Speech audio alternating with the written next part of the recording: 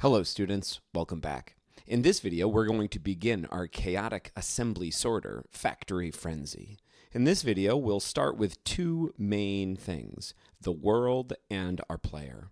So we'll ask ourselves, what do we want the person who's playing Factory Frenzy to feel as they step into our world? We'll try to create our world such that those feelings are conveyed through colors, shapes, and images. Then we'll build our player, the thing the user will control. How do we interact with this world that we've just created? So let's head to the computer screen and we'll dive right in.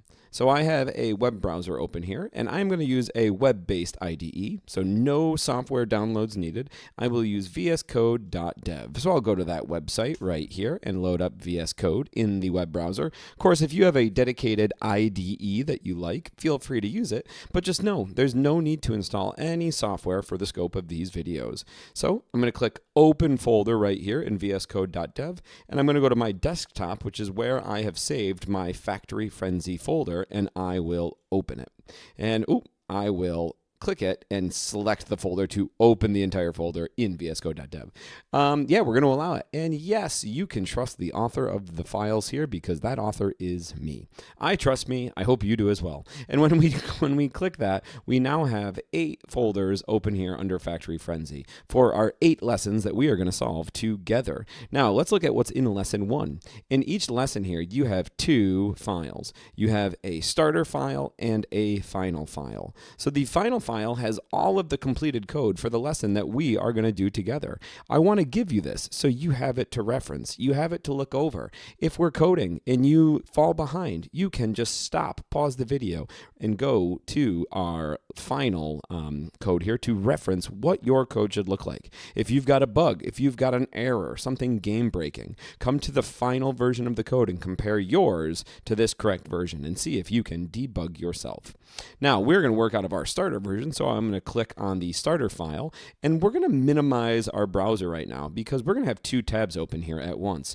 vscode.dev, but we're also going to go to our Factory Frenzy folder directly and open this file that we're working in. So we're going to click on lesson 1's starter file, and that's going to bring up our game. So now we have 2 tabs. We have our code and our game that we can see what we have. And so if you look here, this looks pretty bad. I mean, it's got like this puke green screen. Okay, I can move to the right, but I can't move left. I can't move down. I can move up. Okay, so I guess I'm stuck here on the top. I can still move right. Our player, I don't even, is that a player? I'm not really sure. It looks like we have 3 conveyor belts and 3 colored, containers where hopefully packages, like red packages will go here, blue will go here, green would go here.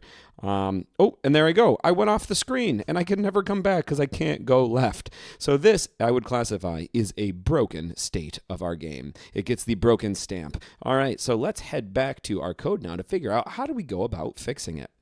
But before we do, I want to overview this file that we have here. Lesson 1's starter file is an HTML document. HTML, or hypertext markup language, is the language of the internet. So all of the content that you see out there on the internet exists in HTML files. Now, we're not going to worry too much about HTML, but just know it's made up of a bunch of tags. So for example, here is a head tag. Here is a style tag. This tag right here is the title tag. And typically, when you open a tag, so here we are opening the tag, you then close the tag, indicated by that little angled bracket right there. So we have an opening title tag and a closing title tag, and you put content in between the opening and closing tags. So here, this content says Factory Frenzy, and if you notice, my tab right here says Factory Frenzy. If I change the content on the website changes. So I'll just put my first name in here, Mike. And if I save this and then refresh the page, the tab says Mike. So changing the content in our HTML document directly changes what we see in our website or in our game. I'm going to hit Control-Z to go back to Factory Frenzy though. So we got all types of tags, right? We got title tags, body tags, there's a head tag. See, here's our opening head tag and our closing head tag. And we want to pay close attention to the script tag because the script tag is where we are going to put JavaScript code. And JavaScript is the programming language that we will use on the internet to make our web-based games. Now, our script tag, we open our script tag right there, and then we close our script tag. And it looks like in between them, there's no content, there's no code. So what exactly is the point of this particular script tag? Well, we're doing something pretty important here. This script tag, we're not writing our own code. We are importing a library of JavaScript code, pre-written code that we can use to help us in our programs. And the library that we're bringing in here is called the p5.js or p5 library, p5 JavaScript library. It is a library that's out there to help us render graphics to the browser. So if we think about it, what are some of the things we're going to render to our browser? Well, we're going to render this little player right here, these conveyor belts, these boxes, this background, this text in our HUD or heads-up display. We've got lots of things that we want to draw to the screen, and the P5 library is going to help us do that. It's going to bring in some functions that we can use, and we don't have to write a single thing. We can just use them. How awesome is that? Now, if we scroll down a little bit further, you notice we have another script tag. So here's our opening script tag. Where do we close that script tag? Well, we keep going down the way to here. All right, so there's our closing script tag. In between those two tags lies all of our JavaScript code. So this code right here represents the current state of our game. And we're going to go through and explore this JavaScript code here just briefly right now. So what do we get when we start? Well, we get the title of our game, Factory Frenzy, and the lesson number, Lesson 1, The World and Player. And then we are presented with a mission checklist. This mission checklist is 8 things that we are going to do together in this lesson to take this terrible, terrible state of a game. In case you forgot, this is that terrible, terrible state of the game. It looks bad. It plays bad. And we are going to make it better by doing one mission at a time. Now, if we scroll a little bit below, we get something called the Student Edit Zone. This is a place where you are safe to modify any of the values that you see. The Student Edit Zone is a place where you can change numbers, you can experiment, and any change that you make here will adjust how the game looks, plays, or feels. And it should not break the game. Your game should still work. So if you want to tweak gameplay, change a system, come to the Student Edit Zone. But no, there's a point where your Student Edit Zone will come to an end. Right here is the end of our Student Edit Zone. And we will have to work outside of our Student Edit Zone quite a bit. We will make changes out here in this unsafe zone together. If you make a mistake here, it could break your game, which is why you have the final version to reference and look at any point.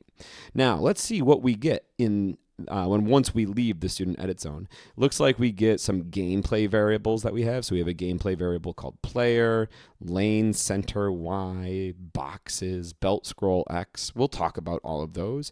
And then we have some functions. So we're going to draw close attention to these 2 functions right here, setup and draw. So what exactly is a function?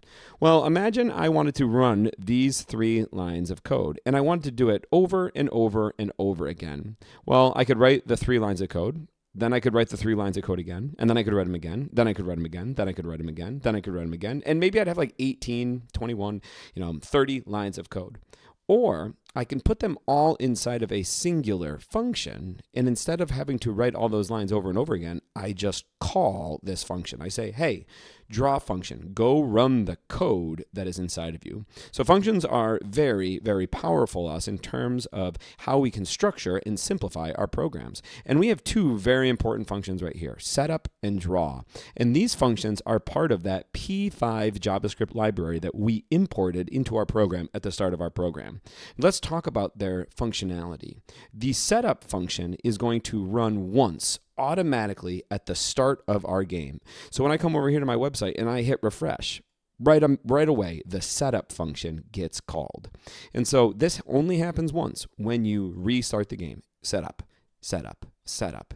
Now, what happens here? Well, we put our own code inside of this function. So we are creating a canvas that has a set width, looks like it's 900 pixels, and a set height, looks like it's 600 pixels. That canvas is the thing that you see right here that we can render our graphics on. Then we set our text font to a font monospace. And then it looks like we're calling a function reset game to defaults, which we will look at momentarily. So this setup function, part of the P5 library, runs once at the start of our game. The draw function is also part of the P5 library. It runs every single frame of our game. So we're updating our belts, we're updating our player, and we are drawing our scene over and over and over again. If we're running at 60 frames per second, those three functions inside of here are getting called 60 times in 1 second because of the draw function. And then we have the key pressed function. The key pressed function is also a built-in P5 library function. What it does, it checks and it listens anytime a key on your keyboard is pressed, it gets run. So if you press L, if you press H, if you press enter, this function gets run. If you hold the key down, it will not run. It only runs when you press the key. All right, and so now let's just look at some of our own personal functions that we have. So we have reset game to defaults. These are not part of that P5 library. These were written by me, put in our code that we are going to use. We reset our game to defaults. We update our belts. We update our player. We get input direction, okay. And then we have draw scene where we draw backgrounds, we draw belts, we draw boxes, we draw player, we draw our HUD.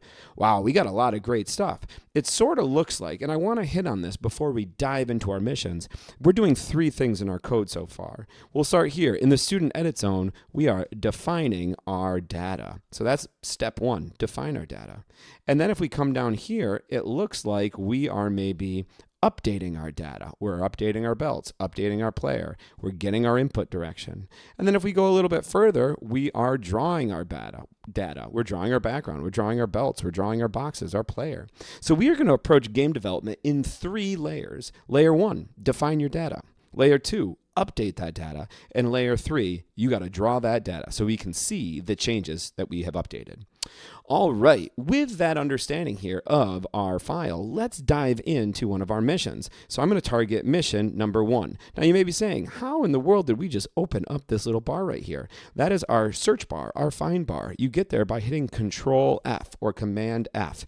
And what we can do is type in our mission tags, because right here, mission 1, mission 2, mission 3, those tags only appear twice in this lesson. They appear once in the mission checklist, right here. And then if you hit the up arrow or down arrow, you will go to the next or previous instance of that tag. Mission 1 puts me right where the code is that I need to fix. It says we got to set our world's atmosphere, change the background color, and observe how the factory mood changes. All right, so if we look here, where are we putting this code? I always like to see where we're at. And so we are in the student edit zone currently. I think that sort of makes sense because the background color, changing it should not break our game. And we definitely want to change it. It's this really ugly, like, green, lima bean green color. So let's go back to mission 1 and let's talk about how we change our color. If we look, we've got 2 variables here, BG color and grid line color. We're going to actually target both of them, and they are defining colors in a very, very different way. So let's break apart one of these lines of code. We'll break apart this first line right here. So we have 4 things going on here. First, we define a variable. We give it a name, BG color. If you notice, it's in all capital letters, and that is because this is a constant variable, or a variable whose value will not change over the scope of that variable's existence. So once we define our background color, it's never going to change. I run my game. The background color is always going to be whatever I defined it to be, which is why this is declared as a const variable for constant. Now, the general convention is when you make a constant variable, you make them all capital letters. So we see all of our constants here are capitalized, uppercase. Then we assign a value to this variable with a single equal sign, and the value we are assigning is inside of quotations. That is known as a string. Anything inside of quotes is a string, a specific data type. Now, this string is very special. So I'm going to make some notes here so you can see it, and we'll learn about something called hex strings. So this is a hexadecimal string indicated by that little hashtag. It is a way to describe color using the hexadecimal number system. So the hexadecimal number system can be scary and intimidating if you don't know it yet. But once you understand it, it's not too bad. Let's break it down with our regular number system, the decimal number system. You all know how to count. But when we typically start counting, we start counting at 1, right? 1, 2, 3, 4, 5, 6, 7, 8, 9. We're going to change that. We're going to start counting at 0 because we're working with computers here. So the decimal number system has 10 digits in it. Once we run out of digits, we get to 9. We go, wow, what do we do? What do we do? There's no more places to go. So we start back at the beginning. We've already used 0, so we go to 1. So now we lead with 1, 1, 0. 1, 1, 1, 2, 1, 3, 1, 4, 1, 5, 1, 6, 1, 7, on and on and on. Well, the hexadecimal number system is no different, except instead of having only 10 digits to work with, we have 16 digits to work with. So we can count 0, 1, 2, 3, 4, 5, 6, 7, 8, 9, and then we have the letter A, the letter B, the letter C, the letter D, the letter E, the letter F, and the letter the letter F. We stop at F. I don't know why I put G there. So there are our 16 digits. So where do we go next? We've run out of characters. Well, just like we did here, we go back to the beginning. We've already used 0. So now we start at 1. 1, 0, 1, 1. So there we have a mapping between decimal numbers and hexadecimal numbers. So the number F in hexadecimal is 15. The number 1, 1 in hexadecimal is 17. And we can actually use hexadecimal numbers to define our colors. So if you look at this, this string is made up of 3 hexadecimal values. We have a red channel, which is 77. We have a blue channel, a green channel, which is A7. And we have a blue channel, which is 1, 2. So you have R, G, and B. And we can set these numbers, these hexadecimal values, from no red at all. Give me nothing. That would be 0, 0. All the way to give me maximum value, FF. So let's think about what these values are. Well, in hexadecimal, 0, 0 is just 0. So what is FF? Well, FF in decimal is 255. So that corresponds to a value of 255. So FF, give me all of the color. 0, 0, give me none of the color. Any hexadecimal value in between, give me some varying amount of that color. All right, so with that said, let's target our background color. Let's swipe out those values and let's create our own color. Let's just do all of the red. So FF, and then none of the green, none of the blue. Our background should now change to red. Let's see it. Whoa, that looks terrible, but it's working. Our logic is sound. So now let's do, let's add in all of the green. So we get FF, 0, 0. So none of the blue yet, but all of the red and all of the green. It makes yellow. That's way too bright for me. So what we can do is let's lower the red and the green in equal amounts. This should give me a darker, more muted yellow. And it does. All right, so not too bad. What if I said give me all of the red, all of the green, and all of the blue? So FF, FF, FF. Well, that makes white. And what if I said give me none of the red, none of the black, none of the red, none of the green, and none of the blue? So the absence of those 3 colors gives me black. Now, we are going to pick a color together. If you like it, feel free to use it. If you don't like it, feel free to change it. But my red channel, I'm going to get a little bit of red, 2A. In the green channel, I'm going to get a little less green, 1F. And in the blue channel, I'll get a little bit of blue, 2D. And let's take a look at what this background color gives me.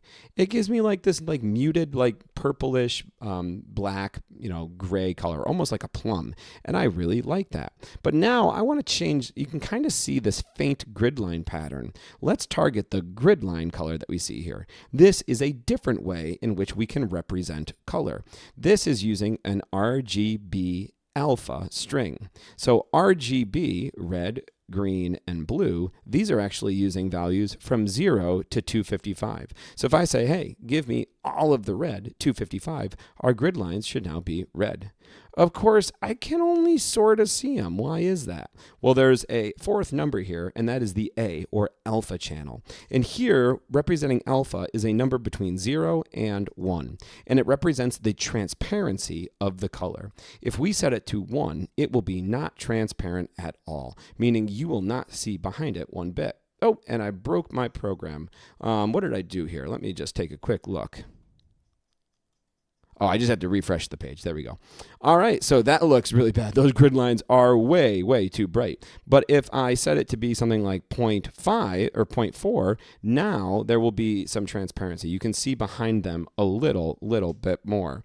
And so let's change this color, and we'll set our transparency so these grid lines are sort of transparent. I want white grid lines. So I'm going to do all of the red, all of the green and all of the blue. And I'm going to set my transparency to 0.04, which means they're going to be super, super transparent. We're almost going to be able to see through them, and they're just faint in the background. I really like how this looks for our world. I think mission 1 is completed. So I'm going to move on to mission 2. If your find bar is still open, just type mission 2. And if it's not, hit Control F to open it and find mission 2. It says we got to draw the player worker. Yeah, because right now they're pretty bad. I mean, it's just this little like dot here. I don't think that is correct at all. So let's draw the mission worker. So right now, this puts us inside of our draw player function. All right, what are we doing in here? Well, let's see. Draw player. So I got all these draw functions all near each other, and they're all called from this draw scene function. So draw scene, we draw our background, our belts, our boxes, our player, and our HUD. Where are we calling draw scene though? So I'm going to click over here on the right scroll area. I can jump around in my code. Well, I have my setup function, which runs once at the start of my game, and my draw function, which runs every single frame. I am drawing the scene. Ah, that's what we want to do. Okay, so every single frame, that draw scene is being called. And while we're here, I think we should look at our player variable. Our player variable is an object, okay? It has an object, and it has properties. It has 3 properties, an X property, a lane property, and a held widget property, which is currently set to null, or not no data type, all right? It's just nothing. So when we draw our player, I think we're going to have to target its X property. So that's going to be like where the player is horizontally in our world. We're keeping track of that. So let's go back down to mission 2 and see what we're doing. All right, so we get this variable called y, which I think is going to represent somehow the player's y position, which we don't have to worry about right now. And then we call no stroke, which means give me an invisible marker so you don't see the outline of the shape that I'm about to draw. And then we fill or put paint into a paint bucket. So when we draw a shape, our shape is gonna have this particular color painted inside of it. It's our player's body color. It's defined in our color palette in our student edit zone, F2, F5, FF. It's gonna be pretty white, I'd say. That's like almost gonna be white. So what we're gonna do right now is we are gonna draw the player worker and place it on our conveyor lines. So let's see, I'm going to draw a rectangle. So we'll call the rect function. And the rect function takes 4 pieces of information. First, it takes the X coordinate of the top left corner and the Y coordinate of the top left corner. So I'm going to use my player object's X property, and then I'm going to use this Y variable that we defined right here. So that's going to be the top left corner of the rectangle, and then I need a width and a height. Well, I have variables in my edit zone, player size and player size. The width and the height are going to be the same. They are currently set to 20. So let's run this and let's see if our player shows up. Ooh, there he is. Little teeny player. Look at that little guy. Well, right now, I don't like the square edges. I want to round those edges. So our rect function actually can take a 4th optional argument for how much you want to round the edges. I'm going to round the edges by 8. And so let's take a look now if it gives us a little bit more curved variable. All right, so that looks pretty good. I don't like the size of our player, though. I mean, that's just super duper tiny. I think we got to increase the player's size. So let's go to mission number 3, which not surprisingly here tells us we have to increase our player size. So increasing the player size finds us back in the student edit zone, because this is something that shouldn't break our game if we change the player's size. So right now the player size is set to 20. Let's set it to 100. Let's see what happens. Whoa, that's a big player. That is a big player. That player is way, way, way too big. Let's set it to, I don't know, 40. Let's set it to 40 pixels, and let's see what happens. Ooh, that looks much better. So that player looks great now, but he's gone. He's gone. He went off the screen, never to return, because we have a broken input system. So let's go to mission number 4. Mission number 4 finds us in our key pressed function. That key pressed function is one of our built-in P5 functions. Setup gets called once every time we start our game. So right there it got called. The draw function gets called every single frame. So if we're running at 60 frames per second, it gets called 60 times every second. second. And key pressed gets called anytime we press a key on a keyboard. If we look here, we are asking a question using an if statement. So if, and then we put a question in here. Our question reads, key code equal, up arrow, 2 vertical bars, key equal, W, 2 vertical bars, key equal, W. Okay, 3 equal signs, checks for equality strictly. So whenever we want to see if two things are equal to one another, we will use 3 equal signs. And when we press a key, the key press function gets the representation of the key if it is a letter, or the key code if it is non-letter. So like up arrows, down arrows, enter, that sort of thing. We're checking to see if the key code was the up arrow. 2 vertical bars means or the key was W, or the key was capital W. So essentially, this question is asking, hey, did the user press up or the W key? And if any of those things answer yes, this statement becomes true and this code executes. The player's lane property, we saw that they had a lane property. What was it set to originally? Well, let's see. Where was the player? Well, we set the lane originally to 1. We subtract 1 from it. So when I refresh the game, this is lane 0, this must be lane 1, and this must be lane 2. When I press the W key, my lane goes from 1 to 0, and it puts me right here. Awesome. So that's working really good. But we want to be able to move the player down. So right now, I don't see anything about moving the player down. So that's what mission 4 is going to have us do. So we got to ask a question, if, and then we're going to put a big old question in here. And depending on the answer to that question, what we'll do is we'll take the player's lane attribute, and instead of subtracting 1, we're going to add 1 to it. We just got to figure out what that question is going to be. So let's see. Well, first, let's just model it from what we see above. We're going to say if key code is equal to down arrow. So that would be if we're pressing down. Or 2 vertical bars, the key is equal to 3 equal signs for that strict equality, lowercase s. Or key is equal to 3 equal signs for strict equality, capital S, in case they had the caps locks on. And just like that, we now should be able to move up our lanes and down our lanes. Let's check it out. Let's see if we get this functionality. So I can move right, okay, I can move up, ooh, and I can move down. So I can switch between my 3 conveyor belts. I don't have that left functionality though. Boy, is that a bummer. I would really like to be able to move left. Well, let's see where mission 5 takes us. Mission 5 says, adjust the conveyor belt scroll speed. All right, so I guess if we look where mission 5 is, it says belt movement feel. Adjust the belt conveyor scroll speed. Observe how the belt motion changes. So right now we have a constant here for the belt scroll speed, and it is currently set to 0.7. So we see that belt moving, all right, it's moving, not too bad. Let's make it move faster. So let's set it to like, I don't know, 10. Let's go crazy. Whoa, that's too fast. In fact, that's making me feel a little woozy. We got to slow it down. Let's set it to a reasonable speed of 2.5. Our student edit zone, where we can mess with these constants, is going to change how our game looks, plays, or feels. And our belt speed is a great example of that. So 2.5 gives it a really good feel for me. So I like that. Mission number 5 is complete. We're making great progress. Let's look at mission number 6. It is all about input connection. It says add another movement input key. Use the same pattern as the existing controls. All right, I think this is finally where we get to move to the right, because we know our left movement is working. I can move left, but I can't go right. Once I go there, I'm never coming back. So we are in a function called get input direction. Okay, well, the first thing is, it looks like we have a variable that we're defining called dx, but we're defining it with the word let, not const. Const is when what you create is going to be constant, never changing. But if you are going to change a variable, you declare it with let. So that means we want to change the value of dx. And if you look here, we're asking a question. We're saying, hey, if key is down 65 or key is down left arrow.